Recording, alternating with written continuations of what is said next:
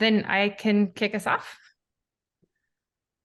And I'm sure there'll be more folks rolling in. So hi, everybody. Welcome to our first AgAID panel on launching a career in AgTech after graduation. By graduation, we're referring to mainly students who are about to graduate from their undergrad degrees, but we know there's quite a few graduate students who are also really excited and understanding job opportunities after graduation. So I'm Jobe. I am the project manager for the AgAID Institute, which is run out of Washington State University, and we have quite a few university partners, one of whom is University of Merced. So we'll hear from them in a few minutes. So during the summer, we had an internship program and had 15 interns from mainly Washington, Oregon, and California. And Wendy Ha was one of our interns, and she expressed interest in understanding from the AgTech community what kind of job opportunities were out there. And she asked if we could set up a panel. We didn't have time to do it over the summer, but we said, hey, Wendy, how about you set up a panel? So Wendy has really taken the lead on making this panel happen. So thank you very much, Wendy. We're really excited for this. The AgAID Institute is a $20 million investment from USDA NIFA, and it's one of 5 agriculture and AI institutes across the United States. And the AgAID Institute is focused on specialty crops. So primarily, we're looking at apples, grapes, pears, cherries, and then in California, we're looking at the nut industry. So our graduate students and our undergraduates focus on different AI solutions for agricultural challenges, primarily working in those crops. So because we do so many different undergraduate facing events like our hackathon that we did in January and our internship program and other opportunities for undergrads, we end up getting a lot of students who get really genuinely excited about the idea of pursuing a career in ag technologies after they graduate. And so we wanted to pull on some of our connections within the industry to present what those opportunities might be and give students a chance to start thinking about setting themselves up for success after graduation. Just a note that because you're on this call, if we have your email address, we'll be sending you information about the AgAID summer internship program, probably in January sometime, but definitely keep an eye out if you're looking for internship opportunities for this summer. So just wanted to flag that that is one thing that's coming up. One final note, we were expecting 5 panelists today, but unfortunately, our partner at Innovate Ag is out sick, so he's unable to join us, but we have 4 fantastic panelists that will introduce themselves a little bit later on. So I'll turn it over to Sarah to introduce SWIFT. Thank you, Jordan. I am Sarah Noms. I'm the Managing Director of Secure Water Future, which is a multi-institutional consortium across the semi-arid Southwest. We are USDA funded, and we have project partners in California, Utah, and New Mexico. Our work looks at how to utilize water measurement, management, and markets effectively. And we also have research. In addition to our research components, we have education and extension components as well. So we have partnered with AgAID on some of our programming and are very grateful to be able to be part of this. Jordan and I have been very lucky to have both worked with Wendy, who convened this panel in different capacities. So that's why I'm here today. So if anyone has any questions at any point about Secure Water Future, I'm very happy to answer those. And I will kick it over to Wendy. Sounds good. Thank you, Sarah. So hi, everyone. My name is Wendy Ha. I was a part of the 2023 Summer AgAID internship cohort, and I currently work as a SWIFT intern with Sarah. So students, just to let you know, if you do have any questions, feel free to put them in the chat, and panelists, please keep a lookout for any questions that you are able to answer. So for starters, let's have each panelist briefly introduce themselves and their role within their respective AgTech company. And Beth, could we have you start us off, please? Hi there. Hi, I'm Beth Kester-Warner. I'm VP of People at Carbon Robotics. We are a laser weeder company in the Seattle area with a large presence down the Salinas Valley as well. We build the picture on the screen. We build a implement that uses AI, computer vision, and laser technology to shoot weeds rather than using pesticides and manual labor. I've been in tech for a long time, built university programs, and really excited to be finding myself in the ag tech space and learning, and I'm still a little bit in that, like, super excited about. So that's who I am. Glad to be here. Thank you. Let's move on to Nathan. Hi, I'm Nathan Dorn. I'm a Nebraska farm kid. I grew up there, and just out of high school, I decided I'd join the Navy and become a nuclear submarine mechanics because I thought farming was hard. Somewhere along the way in my career, I ended up back in the vineyards with Gallo Family Vineyards and Wineries up in Healdsburg, and I spent some time in Modesto. A few years later, I did a stint with a berry company, Ryder Berry Farms, which is the principal grower for Driscoll's, and that was the director of knowledge and innovation there, which meant that anything that had to be created or done was kind of came through me, that was new and different.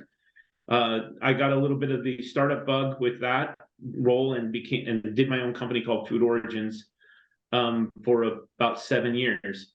Now I'm with Farm&G. We build electric robotic platforms so that companies can take their intellectual creations and put them on top of a mobility platform that is intelligent and quickly deploy their things in fields and farms.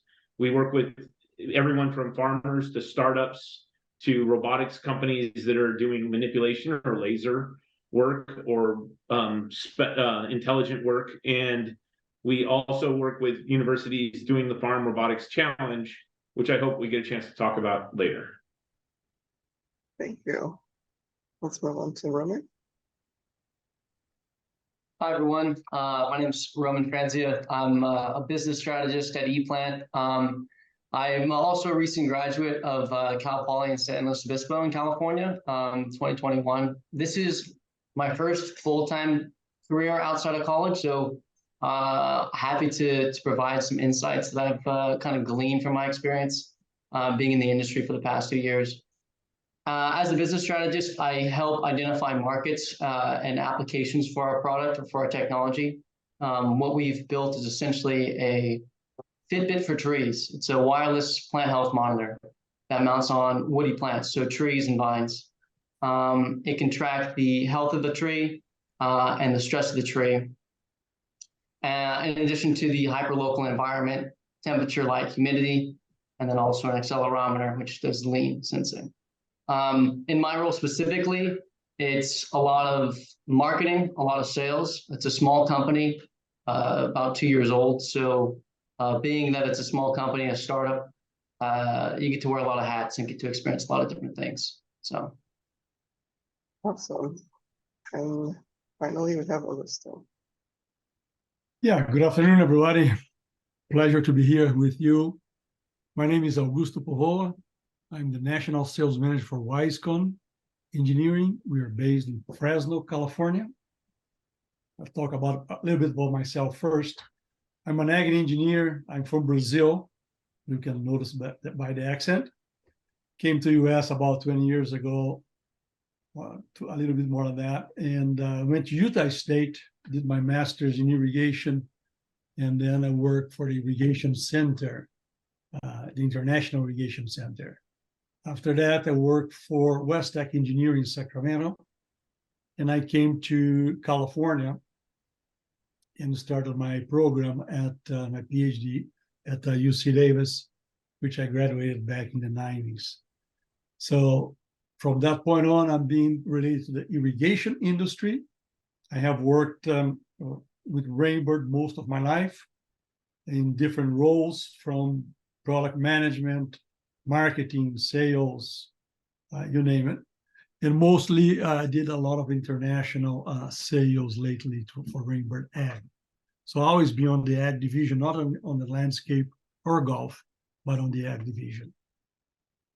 Okay. And lately I joined WiseConn about 3 years ago. WiseConn is a Chilean company that came to US in 2015. And on a nutshell, what we do is irrigation automation coupled with monitoring. So you can start, if you think about a farm, you monitor your soil, your water quantity, your resources. and climate, and develop an irrigation schedule that can be applied through WiseConn hardware. So we execute, not only we monitor, we help you to program as well as to automate the irrigation schedule. That's what we have. So many, you see the numbers in the screen, 3,000 pumps, 45,000 wires. Those are equipment connected to WiseConn hardware doing the automation side of it. We are worldwide today with 2,500 users. We integrate. Glad to see ePlant is here. Maybe there's a possibility to integration. We integrate different companies, Phytech, Swan, Series, Senios are integrated with WiseConn. So under the hood that do the automation of the irrigation, WiseConn is the hardware of choice. We have 45 distributors. We work to a distribution network. And as I said, in US, we came and are based in Fresno since 2015. Right? That's a little bit about us. That I'm eager to join the group and answer some questions. Thank you so much, Augusto. So our next question is, what qualifications and skills does your company seek in candidates for AgTech positions, and what career opportunities and advice do you have for recent graduates aspiring to work in the field?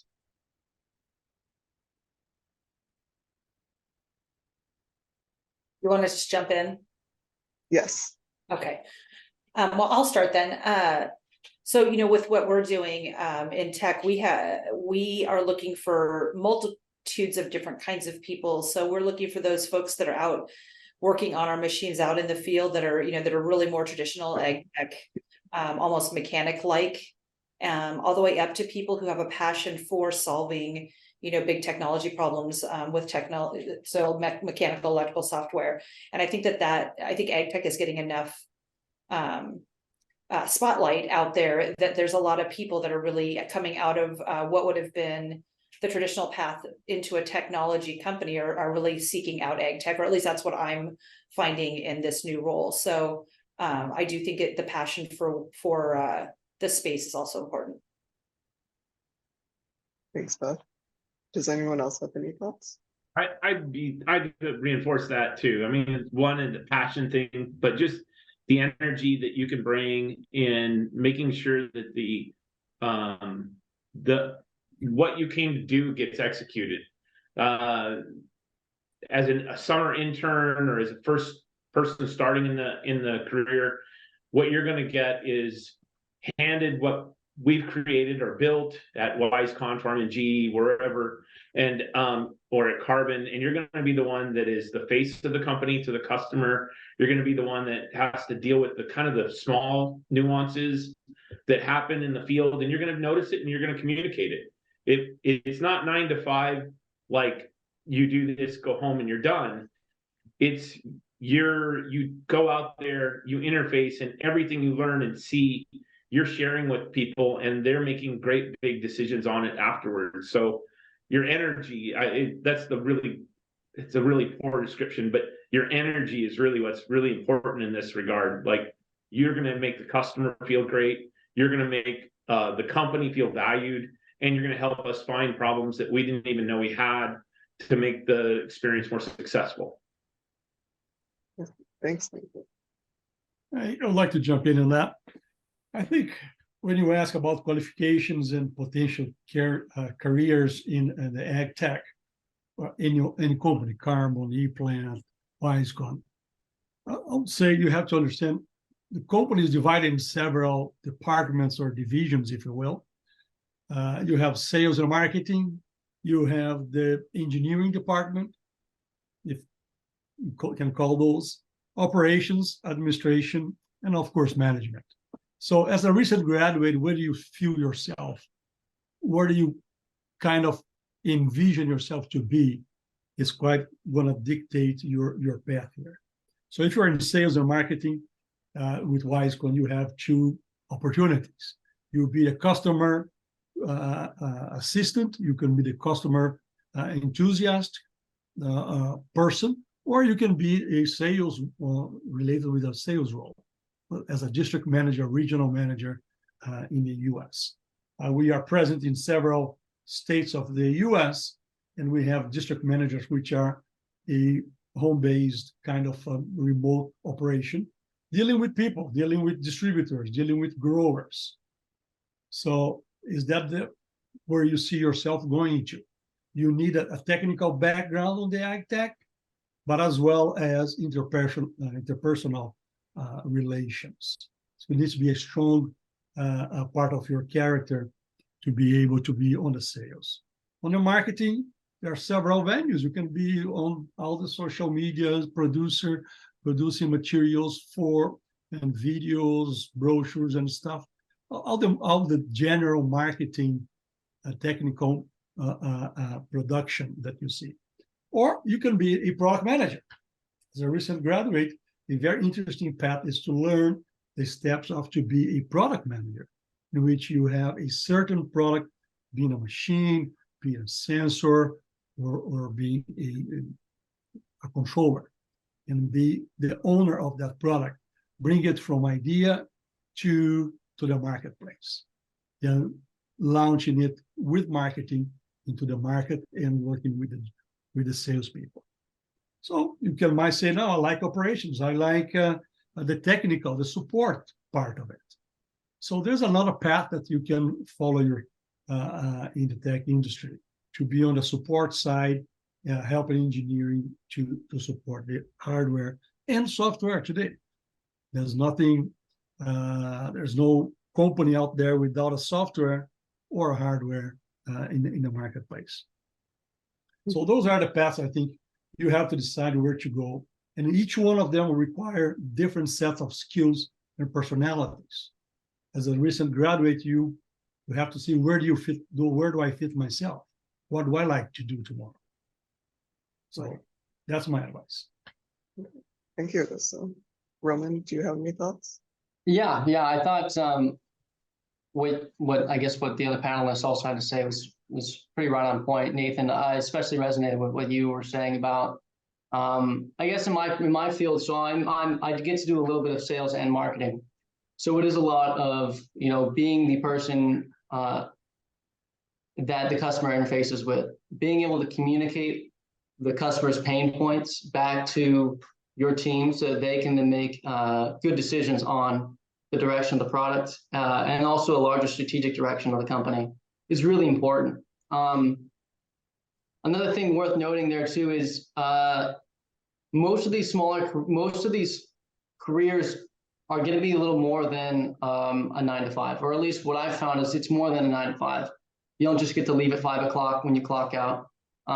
There's a little bit of a lifestyle that comes with it, and then oftentimes you'll find good camaraderie in this space because of that.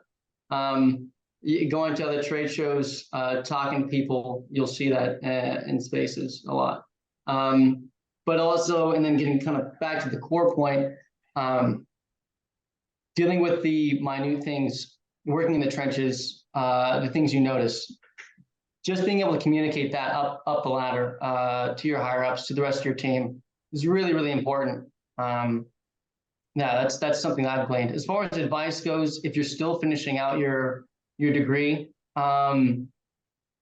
fostering or building connections with professors, advisors, and even department heads that you work with directly is really, really important, because when people from industry go to contact the university, whether they're inquiring about research on a product or any kind of sort, those are the people they're going to be contacting directly. So if they also mention that, hey, we're looking for a student with a certain set of skills, and you come to mind, that could be the decision factor right there. That basically opens the door for you to get one of these opportunities, one of these positions.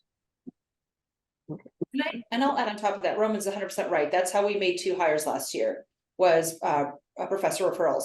So it's important.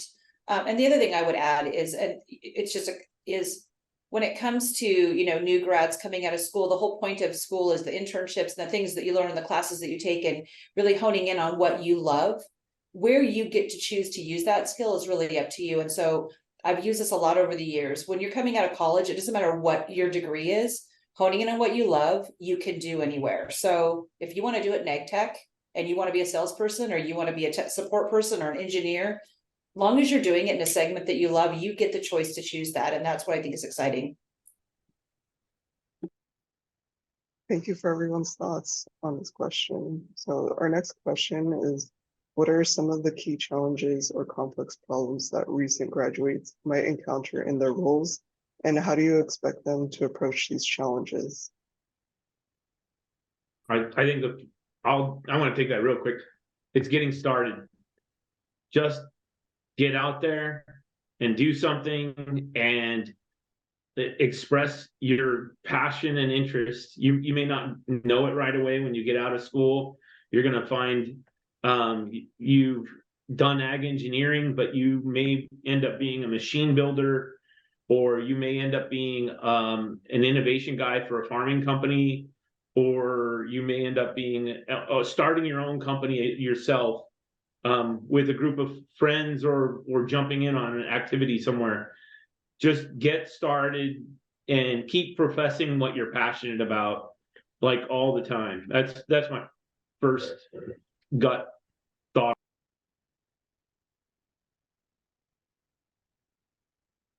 I think, in my point of view, is curiosity. Be curious on what you just mentioned, love for or a passion for a certain area. Be curious about it.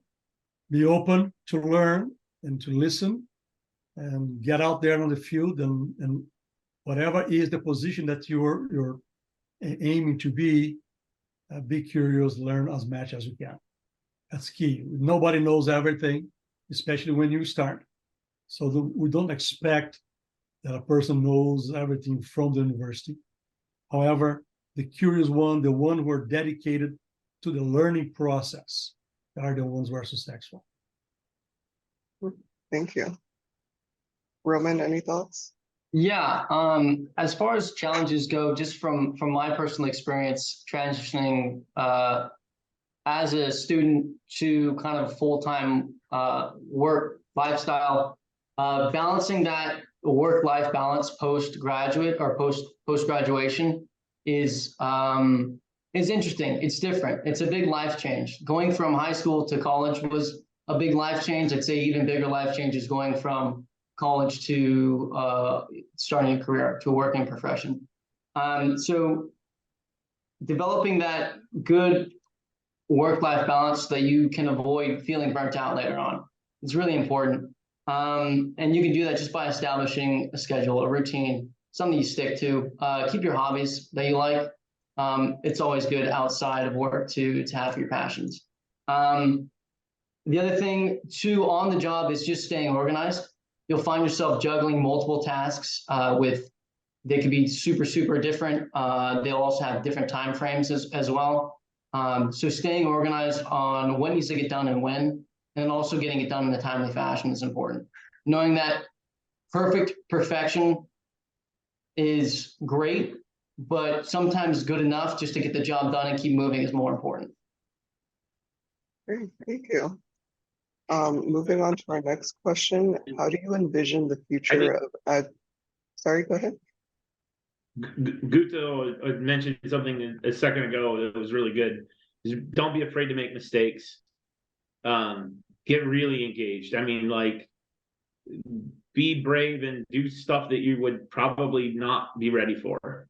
And it might be moving to Mexico, or, working somewhere out of your comfort zone. But definitely be ready to make some mistakes. Yeah, I think, and I would add on top of that too, ask for help. I think that people, when they show up somewhere initially, really want to show up well and want to put their best foot forward. And to be fair, no one actually knows everything. It was a great call out. The people who are able to gracefully and respectfully ask for help, but not always ask for the same help. So not having fear of what you need to do to continue that learning is important.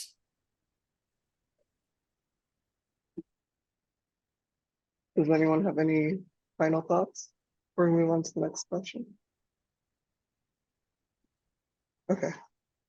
So our next question is, how do you envision the future of AgTech, and what role do you believe recent graduates can play in shaping the industry's future?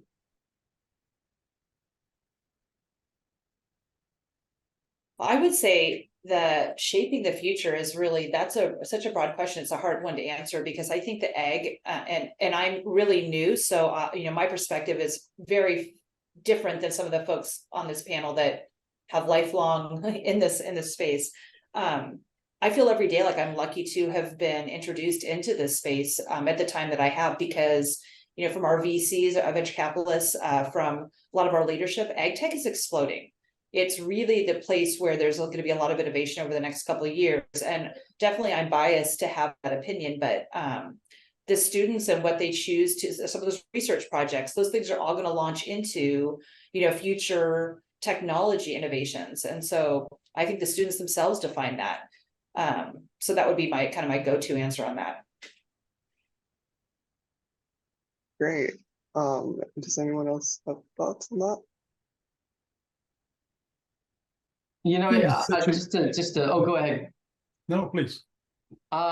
Just to kind of add to what Beth was saying, it does feel kind of like the Wild West. There's a lot of small companies and large companies at the same time, both developing very niche products in this space. And behind each product is, you know, engineering, software, sales, marketing for each individual thing that's being developed in this space. Whether it's a large company like John Deere shifting their focus into precision crops or high value crops, from, you know, monocrop agriculture to, from row crops in the Midwest, moving out to California, to smaller startups like ePlant and like the one Nathan's associated with, and also Carbon, you know, focusing on a problem that growers are experiencing and trying to solve it to the best of their ability. Ag's an interesting space because at a certain point you can't control everything because you deal with the environment. So with that being said, there's a lot of problems that are complex that need to be worked on. Over time, I can imagine this space conglomerating into a handful of larger industry companies.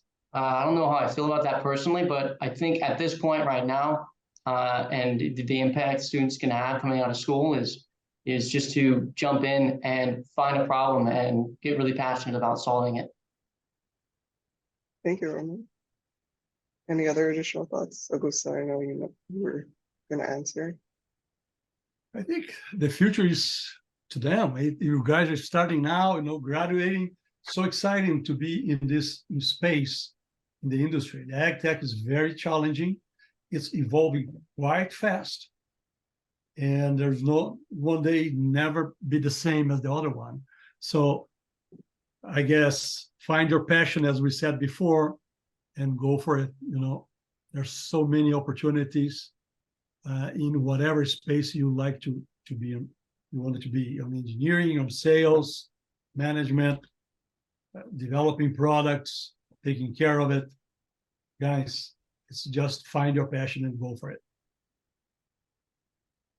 Thanks. My piece in that would be that ag's been experiential learning pretty much for everyone. They'll tell you like what they've done growing up and how they raised animals or how they farmed this piece of land last year or something along the way in that. And I think you're gonna get into a place where your experiences are the ones you're building today for some future opportunity to be on an AgAID panel in 30 years from now and be the one of you guys up there mentoring the next class. But you've also got a bunch of people that are around you that have done that, and you're going to form like the greatest companies, the greatest technologies, and the greatest thoughts from just simple phrases that one person made off the cuff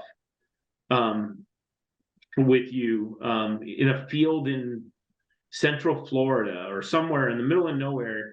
You're going to be standing there and someone will say more or less or más o menos, and you're going to be like, wait a minute, that means something, and it's going to create a whole company around it or a whole technology suite. And that happens probably to you from the day you graduate and get into the workforce. That'll probably happen to you twice a week. just be ready for it. Okay. Thank you. Any final thoughts? If not, we can move on. Our last question. So Wendy, there's actually a couple questions in the chat. Sorry, I've not been checking the chat. We found a few good ones. Let's see. The first one was from Anna Knapp. Is there any specific advice for people with no industry experience that are hoping to move into industry after getting their PhD?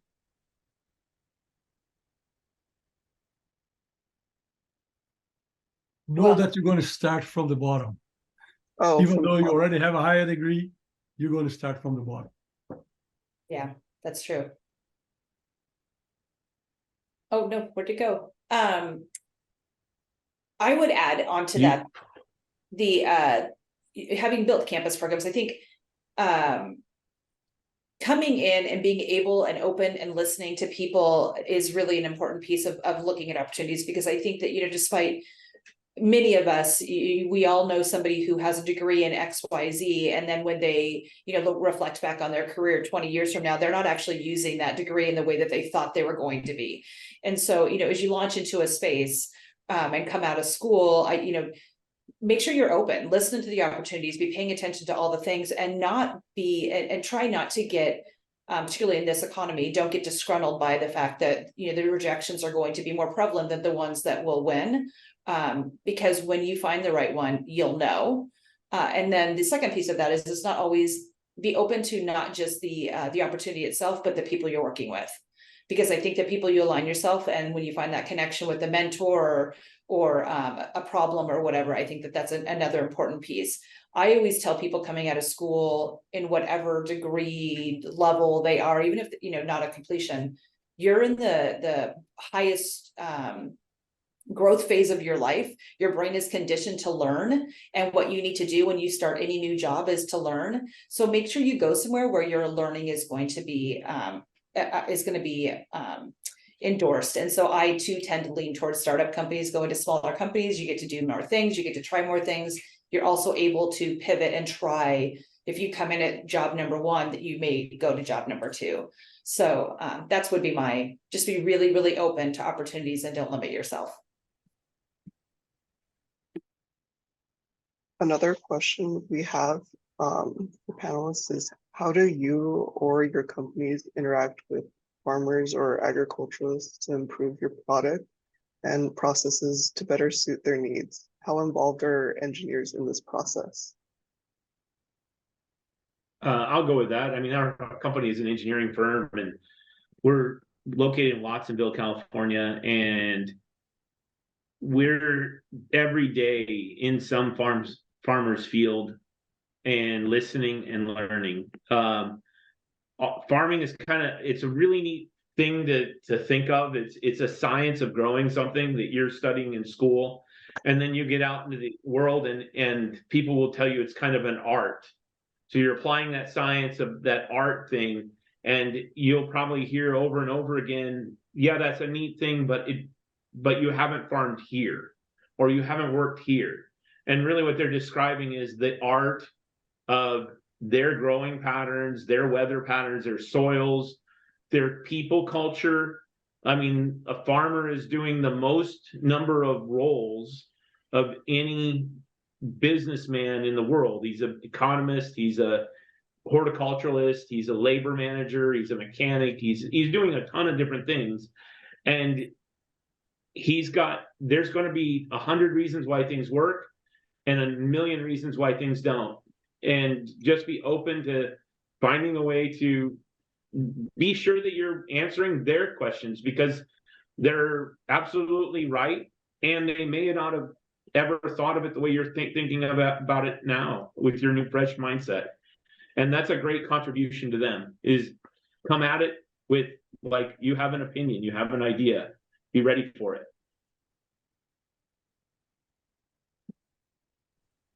Thank you. Does anybody else have thoughts on that? Yeah, I was going to say our engineers are out in the field, like literally every day, all the time. And we actually have a mission. No matter what the jobs in the company, you have to get out to the field. You got to be out there. You got to know your customers. You got to be seeing the product, which is, you know, this big, huge implement that you can't just bring into the office.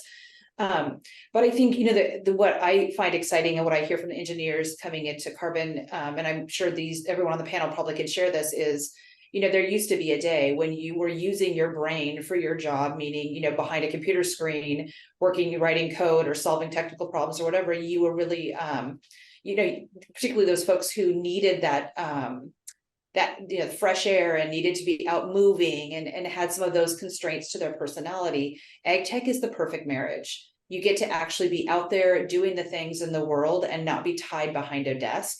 And so I think that that's part of a huge advantage. And our engineers love that. They wear their Carhartts and they get out there and they are solving some really cool problems while still being close to the earth. So. Thanks, Beth. And I want to throw back in one more thing because I liked it. I had that startup, Food Origins. It was a bunch of software engineers and mathematicians, ag economists. I saw somebody in the chat was an ag economist. And they were great. But what we did was data science on strawberry field workers. And I took every one of them out in the field and we picked strawberries for at least an hour. And doing that, you put this appreciation on what those people do on an everyday basis. Make sure you understand that that's a profession for them, everyone that's out there today. And the second part is you can see how good that they are at that profession. If you pick a box of strawberries and you take twice as many steps to do that, you've earned that farmer half the revenue per acre that other person did. Or if you take twice as long, you've cost that farmer twice as much in minutes wages than what that other person did. And you're going to start to see like there's a real math and science and profession that is like something we don't even measure, and it should be really appreciated. And then the final part is in respecting that culture of those people. If anybody out there in the field ever offers you a taco off of their lunchbox, take it. It's an honor for them to share with you and be ready to be that person that shares back. It's just a great place to be. Thank you, Nathan. Our next question is, what 2 traits do you look for in the interview process?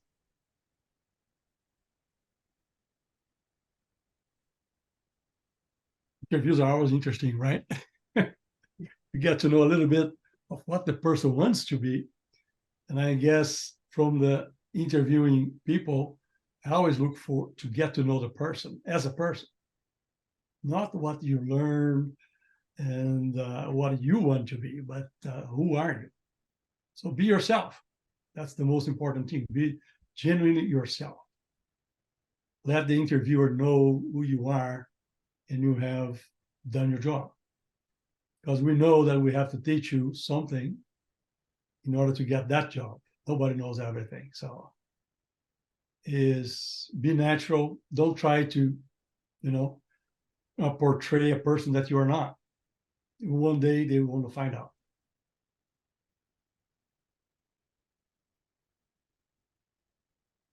I think that's really important. I'd just like to tag onto that.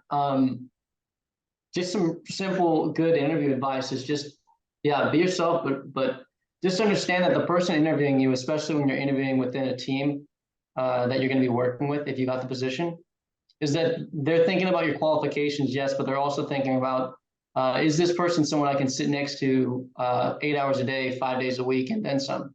It's kind of like looking for a new roommate in a weird way, because ultimately you're going to be around this person all the day, all the time. So be yourself is important.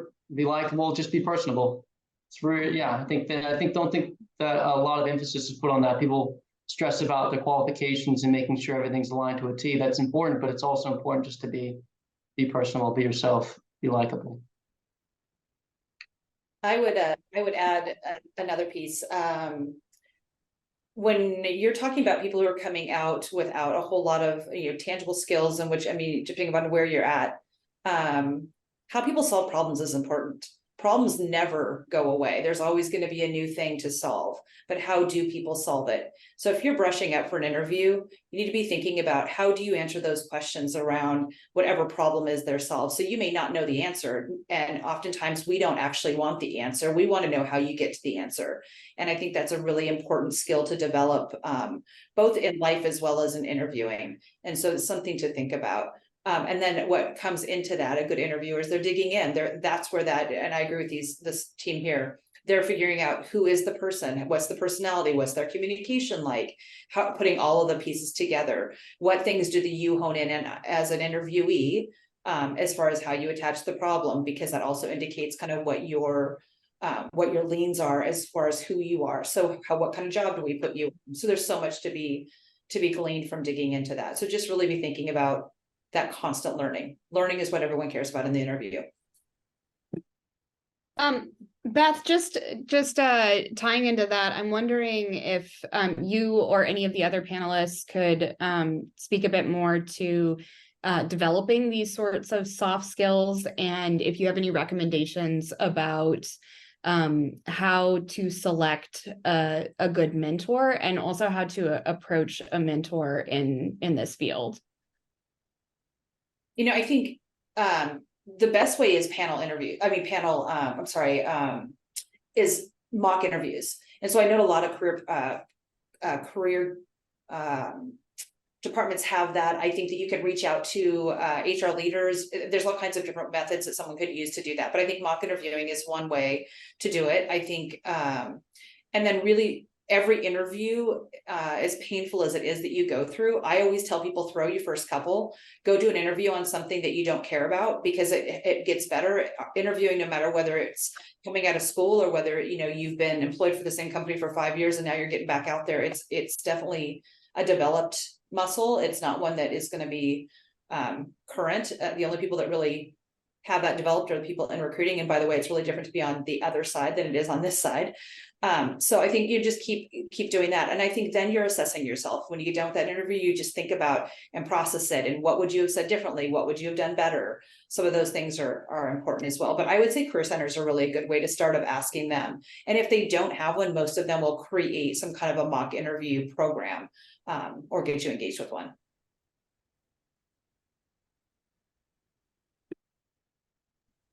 Does that answer your question? I just want to make sure. Yeah. I don't know if the others wanted to answer, but I had a similar follow-up, and Paula asked it, I think, better, which is maybe you could all describe the interview or hiring process at your companies. Like, what does it look like when you're recruiting, and what would it look like to the person going through that process? Right now, I would tell you that Farm&G, we're growing as a business, and a lot of our exposure to students, so this is kind of a plug in the same time, is through the Farm Robotics Challenge. We're getting to see a lot of people that get to express their passion for farming, get to express their interest in the little things in farming. So we had 2 students from Hartnell for the summer, or 3 students from Hartnell Junior College for the summer who competed in the challenge last year. And they built a machine that counted artichokes in an artichoke field. A very random thing. It wasn't like we were going to build an industry around them or a career on that. But what we got was they were excited to work with a person in a field and do something that most people would probably ignore and walk right past. I'm an original farm kid. I mean, part of my daily life was scooping pig manure. And if you can handle that and do it with a smile and be excited about being in farming at the end of that day, then we want you. And that's the kind of attitude that we're looking for in that interview. And we're getting that. We get a first look at you guys, along with a lot of other companies, when you get involved in that Farm Robotics Challenge. I would totally agree with that. Nathan is spot on. Like I picked strawberries and bulbs, Nathan. So I understood that reference. It was was a little too soon. But the reality is, you know, here at Carbon, and I don't have it behind, but we essentially work, our software engineers and everyone, our CEO sits right next to me. We work in a big cement box, and it's not traditional. And so part of that for us also is getting people either, you know, if it's a field job, out in the field and make sure that they interact and can get their boots dirty, and not be afraid of that despite what they say. The other part is, you know, how are they flexible and working in an environment where people are walking by you and it's noisy and someone might be, you know, sometimes it's smelly and all, you know, it's just a non-traditional setting, which is at least Carbon, I would imagine is pretty typical of ag tech in general. So so that's a key piece.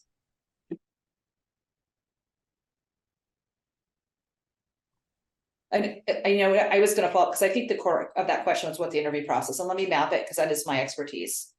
Depending upon the job, you should be expecting to get a lot of rejections at their resume. You apply for that job, and I am really, like, right now in this economy, particularly people graduating this year, jobs are not as plentiful as they have been. It will recover, but I always take every opportunity I can to coach people through. Don't let your ego get hurt. Keep going. The right job will find you. Then you interview, and keep in mind, as you're going through this, you're assessing the company as well. So as you're going through, taking notes, how are they treating you? What are they asking you? Making sure you're prepared and engaged in the interview. So you should be having some kind of an initial screen with some kind of recruiting HR kind of component, typically, not always, depending on the size of the company. Then you should be talking to somebody in the department that you're interviewing for. And that's also a really good opportunity to really understand what are the days, what's the job like? What's a typical day look like? Who would you be interacting with? What problems are you solving? So make sure you have those lists of questions along the way to be asking people in each stage. At some point, you should be going in and you should be meeting with people in person, whatever that capacity looks like for the job. And that's where I was referencing, you know, we bring people into this big, huge box of openness, an interview. We need people to know what they're going to be working in. Same thing in the field. You want to see this stuff out there. It's fair in your interview to ask, to be able to see things. Where can I see the machine? Where can I, you know, where can you glean more information about what choices you're going to be making for your career options? And then at that point, then there could be a technical interview. There could be a pitch. Sometimes sales teams will put a pitch in there, but there's oftentimes some kind of a testing. And then from there, an offer. And the offer, again, I always recommend people take the time to negotiate. Always negotiate, despite what people say. Always take the time to do that. And when you're talking about a startup, and I know it won't always be popular for leaders, but ask for more stock. That shows commitment to the end game of what you're building, not just the tasks you're doing every day. So, and then when it comes to campus, I think there's a lot of, with pay transparency being so big out in the ozone right now, there's a lot of collaboration that I think a lot of universities share in the career centers as to what they should be getting as far as compensation. And that really is doubly important for people who are underrepresented. So making sure that they're getting that piece as well back is important. So hopefully that helps, if that answers your question.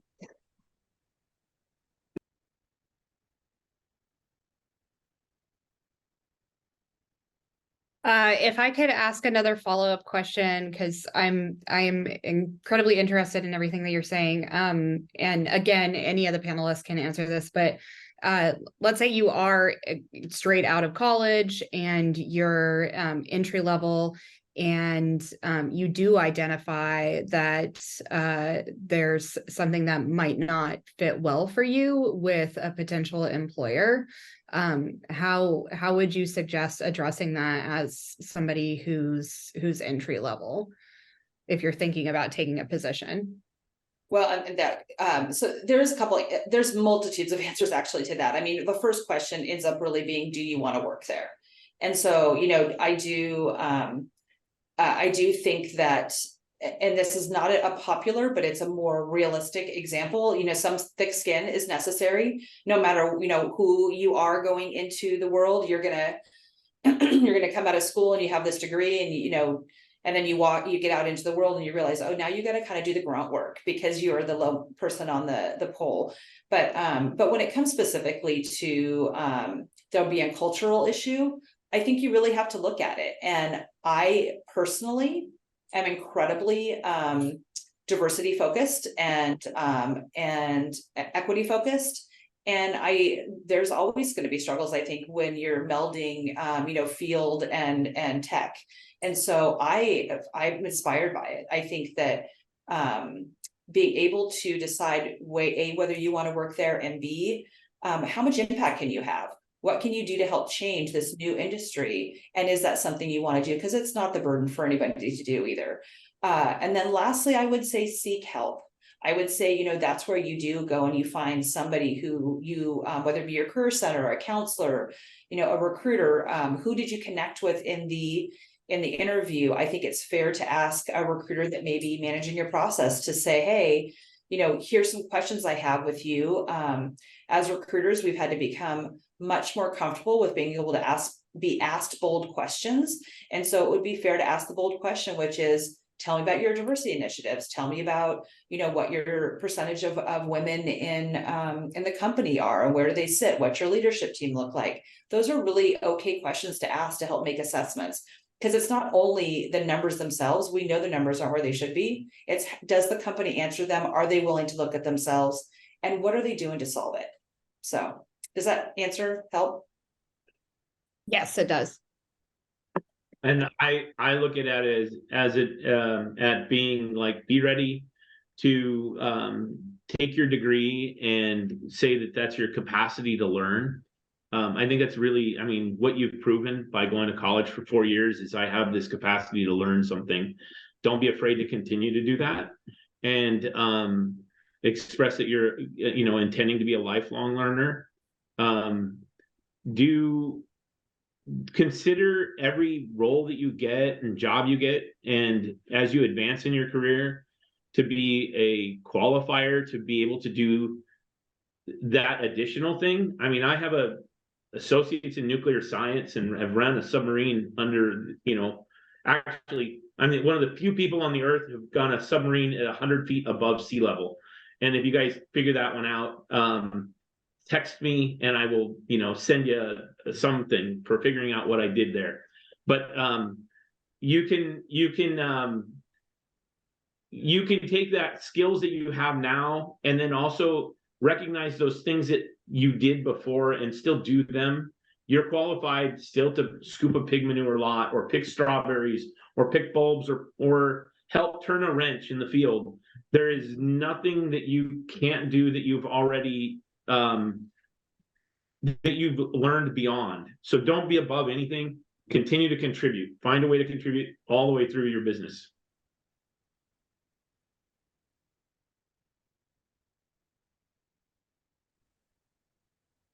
Another question we have from a student is, what methods or media do you use to continue to learn about new innovative things?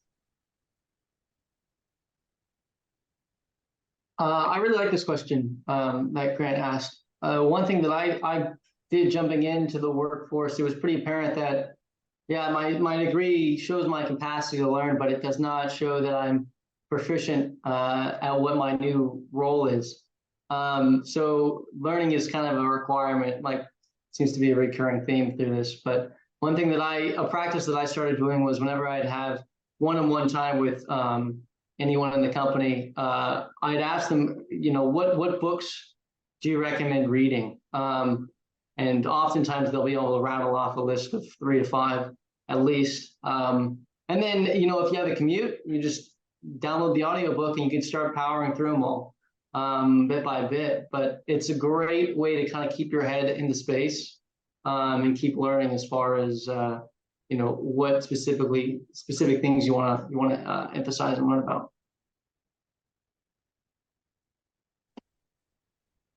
Is it too soon to say TikTok?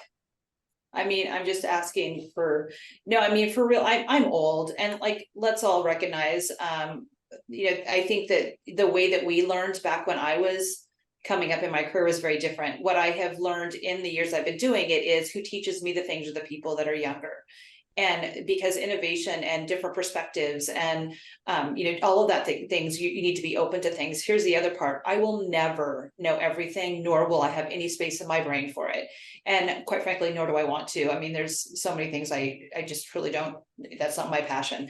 So, letting other people be the experts there and just knowing, I agree. I love my podcasts. I do love TikTok. I mean, I learned so much on there, as sad as that is. But I also just, I listen to the people around me and I'm learning from them as well. And I think that's important.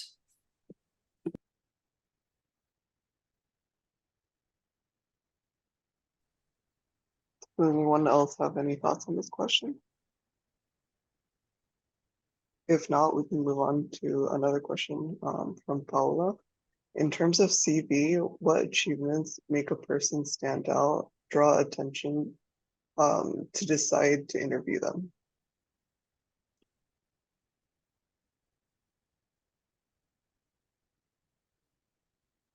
Well, that's a tough one because it's very specific to the job, right? I mean, there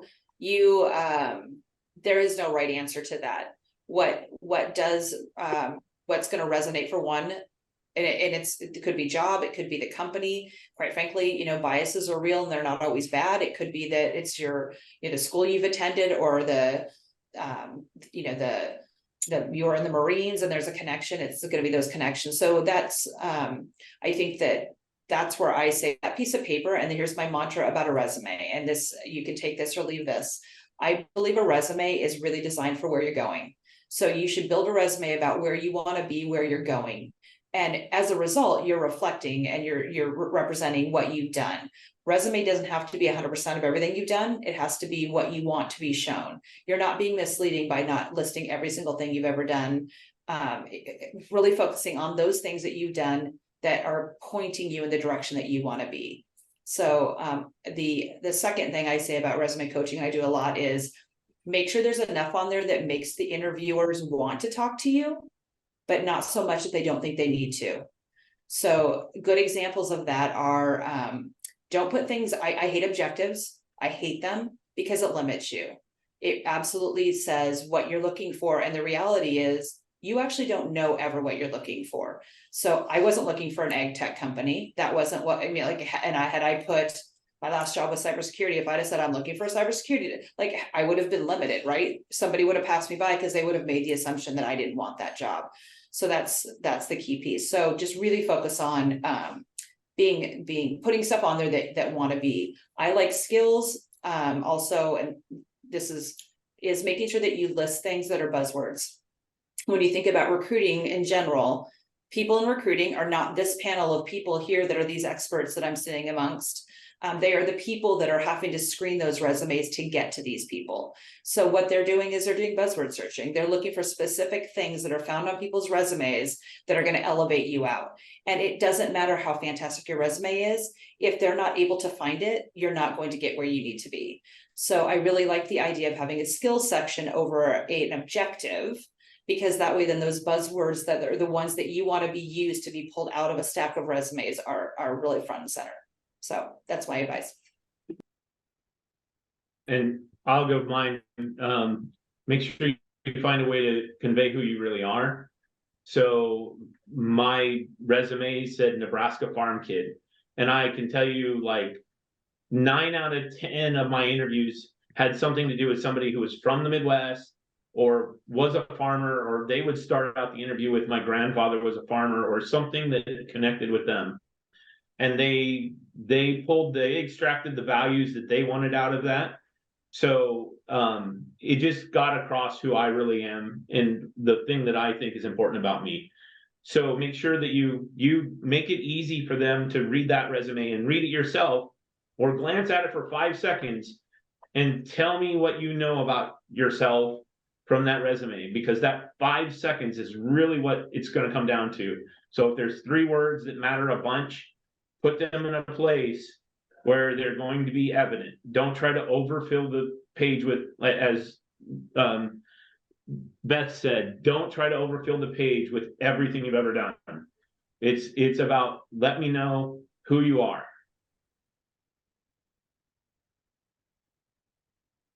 not only who you are, how you match the skill set for the job that you're looking for. I think that's the same thing. So when I'm looking at a resume, you have very few seconds to jump from one to another. And if those words, you catch you or you drop it. And it gotta be matching. If this what the position you are applying for, you don't have the skill set or the capability of developing to it, it is a no. On the other hand, a few words that can catch my attention or anybody's interview attention will bring you up to speed as a potential candidate. So, concise information, it's key.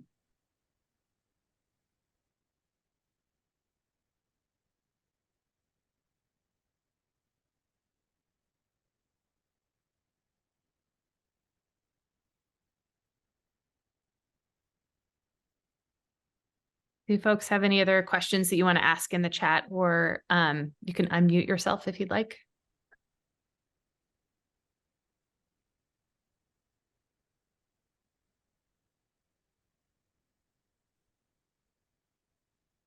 We're giving a long silence, so everybody has a chance to pose their questions if they have any. Well, and I'll fill a little of the silence. Anyone, I will say, part of the reason that we do things like this is to support the community, but also anybody who wants to, reach out to me, we will be doing some hiring this summer, and we have intentionally not done a big push for it. So if anyone's interested or knows people are interested, I'm always open to take those messages or so on. I can be found on LinkedIn. So for what it's worth. Yeah, we do have a couple of positions open too at WiseConn.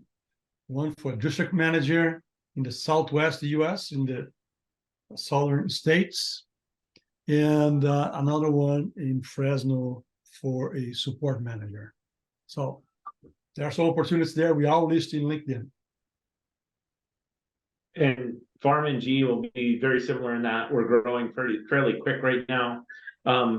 We would be pretty much all categories of the business. Farm NG and Space NG will be growing as we build the business out. So don't be afraid to reach out, even for a summer. I think we've learned a lot in bringing people in, and we expect interns to teach us. So that might just be through challenging questions or challenging opportunities. So don't be afraid to offer up your skill set. The learning process is part of what we're trying to do.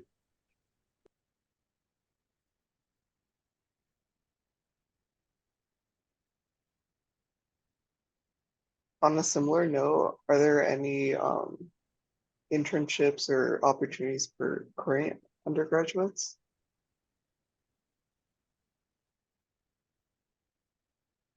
For what undergraduates? For current undergraduates? I mean, at Farm and G, yes. We've taken on, last year I think we had 8 undergraduate interns or this summer, and we will probably have that and more next year. So it'll be great to see that talent pool come in. Yeah, I'm in the same place. We had about 12 last year, and we'll probably have roughly about the same this year.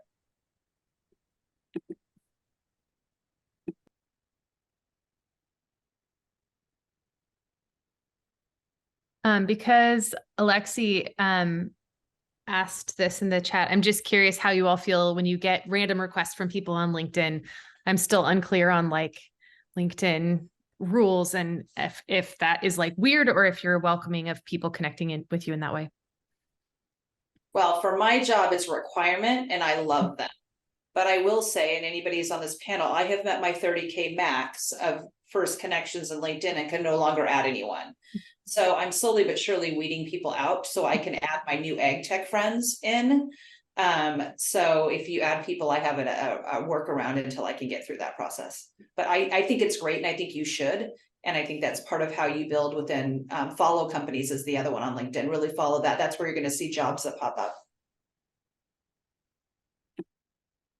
I think including like just a quick note, you have the option to include a quick note when you add someone. If they don't know you or if you know them but they don't know you, it always helps to include just a little note of like, I met you at, or I saw you at, or I'd like to connect with you because X, Y, and Z.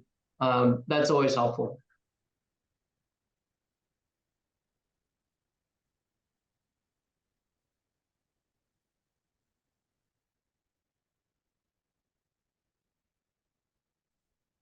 I know Wendy has a final wrap-up question, but pausing to see if anyone else has final questions before we move on to that one.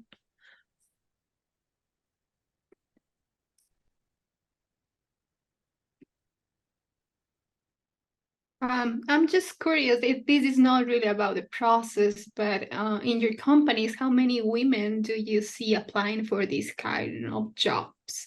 And what advice can you give us as the AgAID of APHIS or any institutes or organizations that we are working in AgTech for in agriculture to improve that number?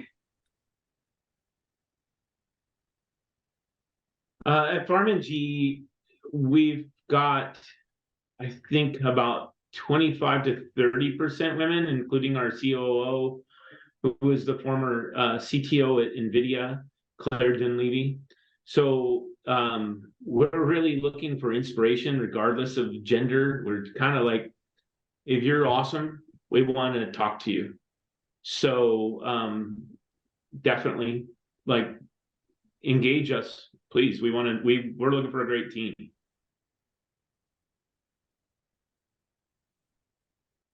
I would say, and that's great numbers, Nathan, by the way. I don't know if you know, but that's really good numbers, by the way. Ours really vary. And so your question specifically asked applying. I think applying is a very low percentage, in fairness. But I will say that we also do not use gender as a factor in our assessment process. And we're really pleasantly surprised last year to learn that of our interns that were engineering interns, 70% of them were women. So, and that was, that's most telling equal playing field is university type roles, whether it be internship or early grads, because everyone's fairly equal, right? There's not a whole lot of skills or like experience that comes into that equation when you're interviewing. So that was a really interesting stat that we took away from last year. At WiseConn, we have about 40%, 35 to 40% women with us. And again, doesn't matter the gender, it's who you are and how capable. And if you do the job and able to, that's the person we want. It's totally indifferent to me. I have my team of 6 and I have 4 women.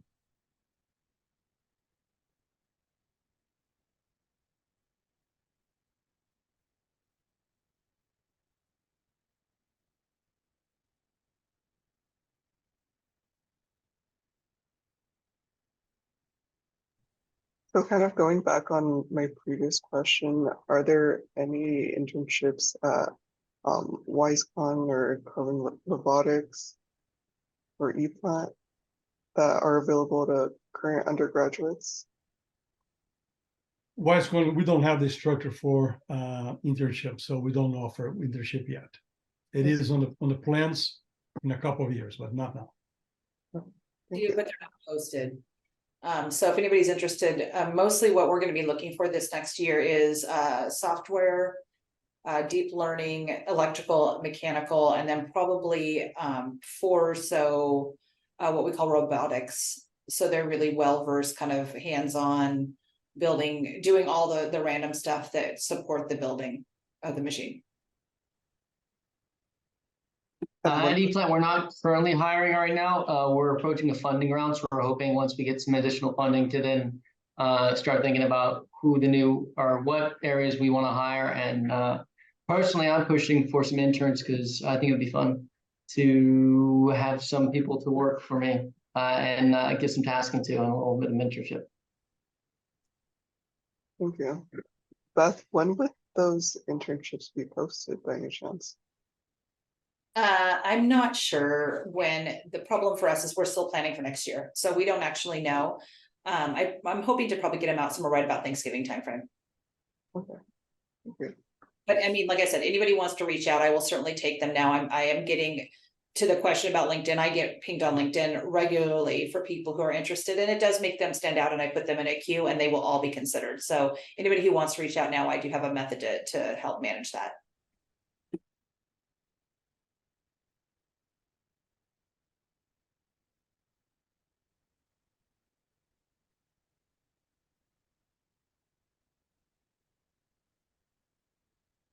If there are no other questions, Jordan, should I move on to the last question? Okay. So to conclude the panel, what final thoughts or key takeaways would you like to share with the audience of aspiring professionals in the ag tech sector?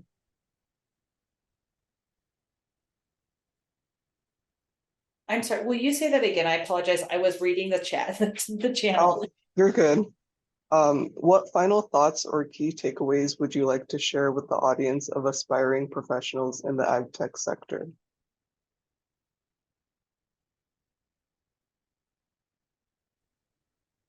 I mean, the thing to take away from the ag tech sector, it's you're in service to something bigger in the end. I mean, I've worked in engineering and I made soda pop and machines and other things, and I've made wine and stuff, but you know, there's nothing more fulfilling in life than you realize that you're feeding America. So to see the people that are out there on a day-to-day basis working, and you're helping them do more, there's just a personal gratitude that you're going to have to decide to get from this. It may not pay as well as Facebook, but it's going to be something that you'll be proud of forever, and you may end up even doing better than you'll ever do in Silicon Valley or something like that. Your job might be in Silicon Valley too. I mean, but your whole concept here is that you're engaged with the very highest order of needs for the entire world. I agree with you, Nathan. I think it's a very satisfying job, very passionate for the ones who like it. Opportunity to be in and out of the office, be in contact with nature. You're outdoors a lot of the times, if the job conducive to that, and ag tech leads you to it. So be passionate, whatever you decide to do as a path on the industry. There's so many opportunities. Be yourself, show up, be diligent, and you guys are gonna get it. I mean, we want to see passion. And the takeaway for me from this group is, I guess, everyone has a desire to grow, to do well in life. And I believe AgTech is a way to do it. And you guys are on the right track. We are open to work with all of you. Thank you. Yeah, some of my final thoughts. I think it's just important to keep those relationships and connections that you've made in your studies at your university. Connections are really important. You'll never know where they'll lead either. They could turn into just a general connection, or it could be the next job breakthrough for you. So I'd say look at those connections and also get passionate about something that you're a fan of. If you can do a project, if you can talk to that passion through extracurriculars or other means, in an interview process, that'll come out, that'll shine. If you can show how you've demonstrated your passion and how you followed through with a vision, that represents itself really well. Yeah, I agree with all that. And I would say, I think, I would say all of you, thank you for doing what you're doing. Like, you allow me to do what I do, and continuing to see the passion that is coming into the ag tech industry and innovation, and all the really creative ideas. As I'm really fire hose right now of learning all the things that are happening out there. It wouldn't be happening without the people that are here and the people coming out of the education, the schools that are putting together specific ag segments, and all the funding. I mean, all this stuff is just really exciting to watch. I've spent my entire career trying to build what would be a mission for each of the companies I work for and talking about why, it's important what they do. I don't have to do that here. It speaks for itself. Feeding the planet, getting rid of pesticides. I mean, all of us have whatever problem we're solving, but when you go into ag, there's so many of them. If it's, irrigation, if it's whatever it is, you're doing something that the mission is glaring and right in front of you. And so making those trade-offs is a big deal. And I commend all of you for making the choice. I also want to add one thing. If you're looking for exposure as far as just to see what opportunities and what businesses are out there, go to conferences as a student, as a postgrad. Go to conferences. It's in Tulare. The Tulare Ag Show is pretty much anything ag, and especially AgTech. They have a whole pavilion there with booths set up. It's a great place to see what companies are out there and talk to the people who are actually working in those companies. Are you talking about the World Ag Expo in Salinas?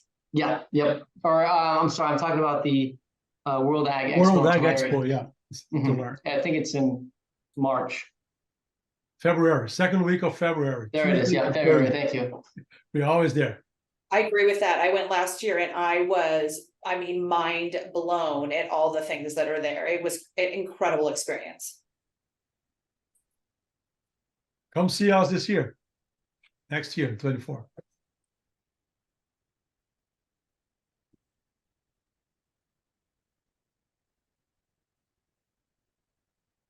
Any final thoughts from any of the panelists? All right. Well, I'll also let Wendy say thank you, but thank you so much on behalf of AgAID and Secure Water Future for being part of our first panel for AgTech careers. I know we hope to continue to follow this up over the next few years with more panels because I think it's a great opportunity. And thank you so much for taking the time out of your day to talk to our students. And I'm sure many of us will be in future touch with you. So thank you again. Thank you. Thank you. Glad to be here. Thank you all. We'll send out a link to the recording of this probably tomorrow at some point. And we'll be posting it on LinkedIn, and we'll tag all of you that we have LinkedIn contacts for so that you're able to share that as well. Yeah, I can definitely send an email to students with the video attached. Great. There are lots of thank yous in the chat. Just want to make sure the panelists see that. And thank you everybody for joining us, and keep in touch with everybody. Thanks. Thank you. Bye.